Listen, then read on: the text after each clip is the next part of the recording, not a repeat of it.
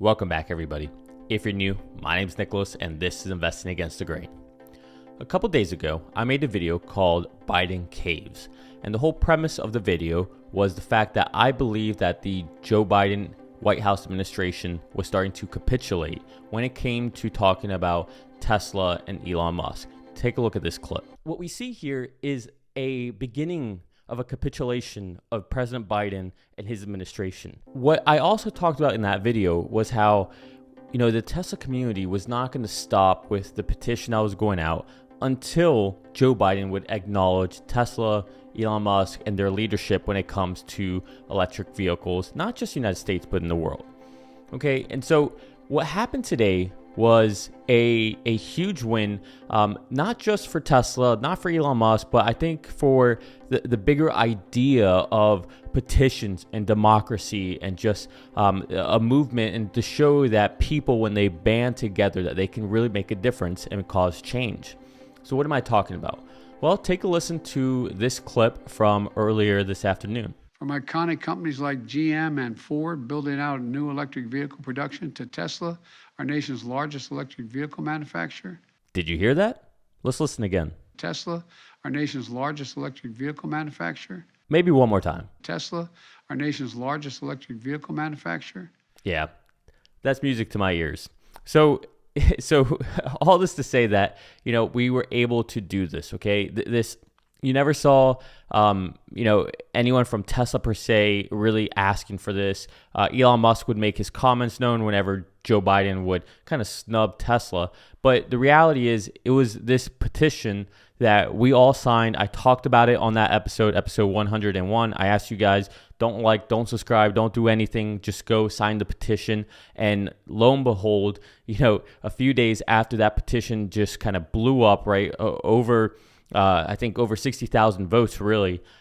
Here we have Joe Biden, the president of the United States, acknowledging Tesla, not just saying the name Tesla, but acknowledging that they are our country's leader in developing of electric vehicles. Okay, just think about this. We were able, as a group of people, to band together to cause change with the president of the United States, arguably the most powerful individual in the world. Okay, this is very powerful, and it just shows what can happen, when we unite together and we have a common goal. Now, I think what's really bullish about this in general for Tesla is that, whether Joe Biden, were to have never acknowledged this or decide to snub Tesla continuously, it doesn't matter. Joe Biden has a initiative to get a EV tax credit passed. Joe Biden also wants to see a greater architecture infrastructure for electric vehicles, which again is all very bullish for Tesla. At the end of the day, no matter what EV tax credit gets passed, it's going to benefit Tesla more than anybody else, because the truth is, nobody can make vehicles in volume like Tesla can. Earlier today, we saw a downgrade in GM stock because they're not going to be delivering the amount of electric vehicles as was predicted by the street, or even really talked up by Mary Barra and GM. We've also seen Ford Motors now essentially halt and pause the production of the Mustang Mach-E, which is built out in Mexico, and I believe they're also stopping the F-150 for a short time. But the reason is because they don't have enough production, they don't have enough resources, they don't have enough chips, right? So the truth is, the only company that could really maximize the benefit of any EV tax credit would be Tesla. And the truth is, the more infrastructure there is out there with chargers for electric vehicles, even if they're not Tesla chargers, it benefits Tesla, right? Because it gives people more reason to go buy a Tesla.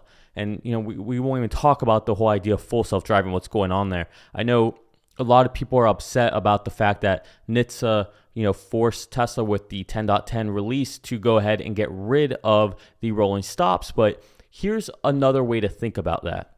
If NHTSA just reached out to Tesla and they talked and they collaborated and they asked them to get rid of this ability to do a rolling stop, even though the only time it worked would be if there are no pedestrians around, there's no other vehicles around, and it would only be a 2 mile an hour roll. Even though that was the case, NHTSA asked Tesla, hey, can you get rid of this? Tesla said, yeah, sure, we'll go ahead and do it. What that shows you is that there's a huge collaboration between NHTSA and Tesla. Okay, so I think this is bullish for the idea of full self-driving and for the way Tesla's approaching this. NHTSA's not against Tesla. NHTSA wants safety, and that's what they're all about. Speaking of NHTSA, we also saw a successful petition against Missy Cummings, and the fact that she was elevated to a position to give advice when it comes to Tesla and how they're handling full self-driving, right? So we've seen these petitions work, and I think this is a very, very big deal because, again, it shows that we can cause change and we can affect it. Now, what was funny was we actually got a response from Elon Musk as well, as you would imagine, and he tweeted the following. He said, "Thanks, this made a difference," replying to Gail's tweet here that said, "Thanks to over 58,000 people that signed the petition, asking the POTUS to say the word Tesla and acknowledge Tesla as the leader in EVs." So, I think all around, this had a good outcome. I think, this at least allows maybe a dialogue between Tesla, Elon, and the White House, which I think is healthy for us as a nation.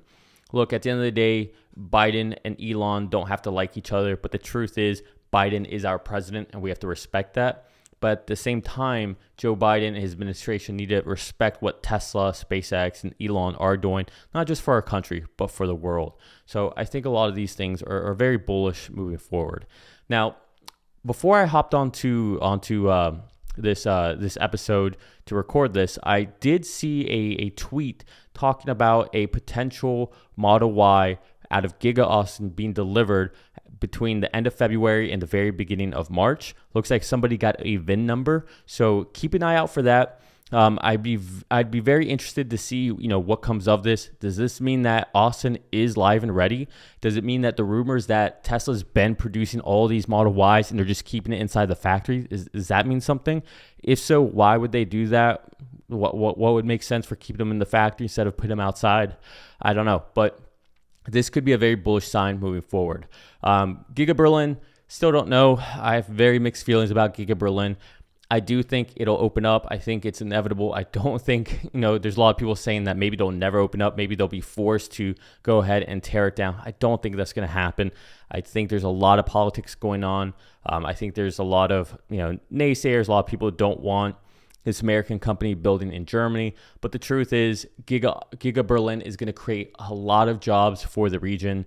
Giga Berlin is going to help perpetuate Germany into this new world, right? This new movement into electric vehicles. And at the end of the day, when you see companies like BMW kind of pushing back, when you see even Volkswagen, right? Internally, Volkswagen pushing back against Herbert Diess, when you see Mercedes just slowly rolling out things, right? I think Tesla being there is really going to light a fire under everybody. And if you want German automakers to survive, you're going to need this.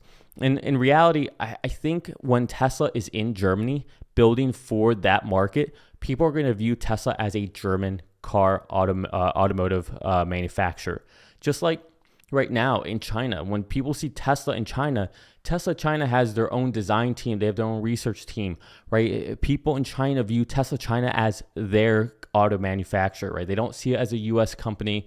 And I think that's one of the benefits of having these manufacturers there locally, because, it instills the pride of, yes, this was German made, or yes, this was Chinese made, or here in the States, yes, this was U.S. made, right? People take a lot of pride in the fact that the vehicle they drive or the things that they buy are built within their own sphere when it comes to the country that they live in, right? There's a lot of pride that goes into that.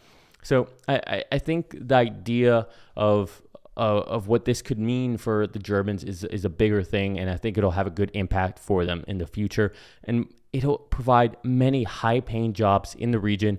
It'll help spur an idea of, hey, people can grow up here and they can stay in this Brandenburg region rather than having to leave and go to Berlin or go to other parts of Germany. So I think, we have a lot of good stuff coming up, and, it's been slow moving, especially if you look at the stock market. But in reality, last week, there's been no volume at all.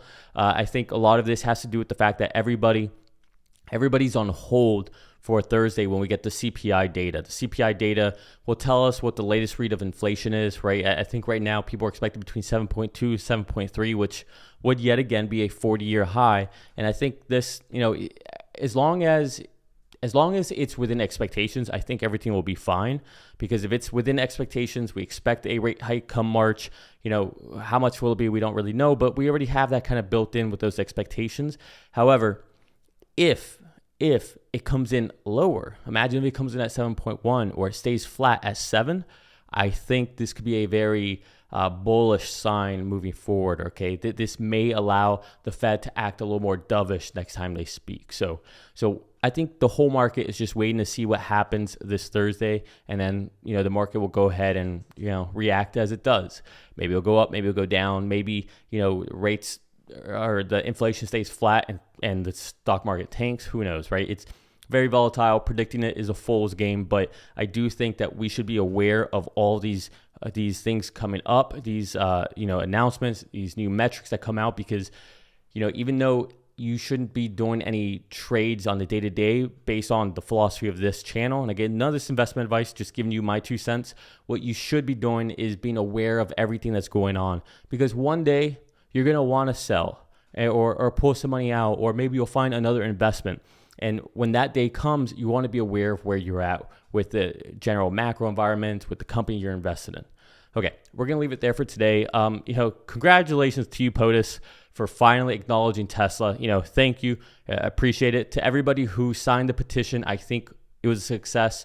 I think, it showed, the value of individuals, voting with their signature, with their words, with their participation in that petition, right? It shows the power that the mob, that the group can have, even against the highest level of office, which is the President of the United States. So congratulations to everybody.